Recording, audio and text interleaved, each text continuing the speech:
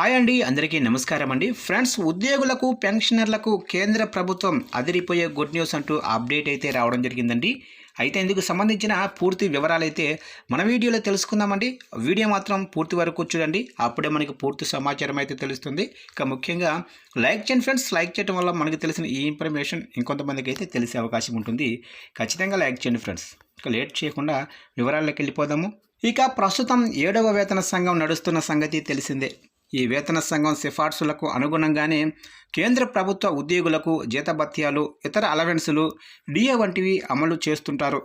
ఇక ఇదే సమయంలో కేంద్ర ప్రభుత్వ పెన్షనర్లకు పెన్షన్, అలాగనే డిఆర్ఎస్ రిలీఫ్ కూడా ఇదే నిర్ణయిస్తుంది.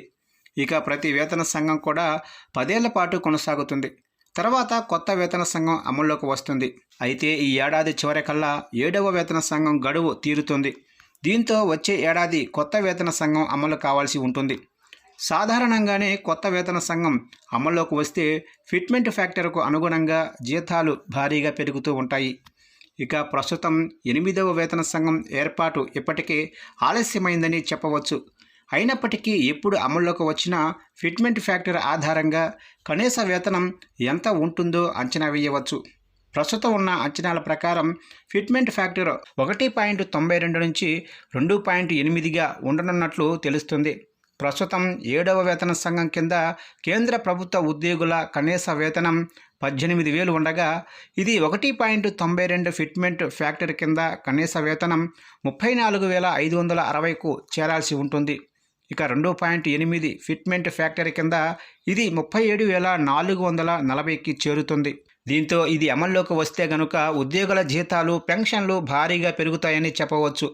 ఇక మళ్ళీ నెక్స్ట్ 2026 జనవరి, జూన్ సమయానికి డిఏ పెంపు కూడా భారీగానే ఉంటుందని ఆశిస్తున్నారు.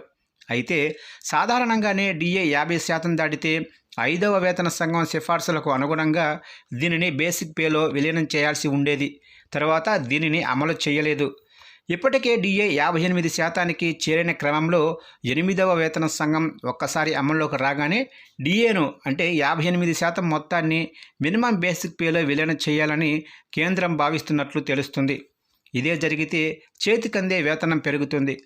ఇంకా డిఏ అప్పటి నుంచి మళ్ళీ 0% నుంచి ప్రారంభమవుతుంది. ఉద్యోగ సంఘాలు డిఏను బేసిక్ పేలో విలీనం చేయాలని ఎప్పటి నుంచో డిమాండ్ చేస్తున్నాయి. దీనికి సంబంధించి ప్రభుత్వం ఇప్పటి వరకు నిర్ణయం తీసుకోలేదు. ఇప్పుడు తీసుకుంటే కనుక డిఏ ఖచ్చితంగా 0% నుంచి ప్రారంభం కావాల్సి ఉంటుంది. కేంద్రం డిఏను ఏటా 2 సార్లు సవరిస్తుంటుంది.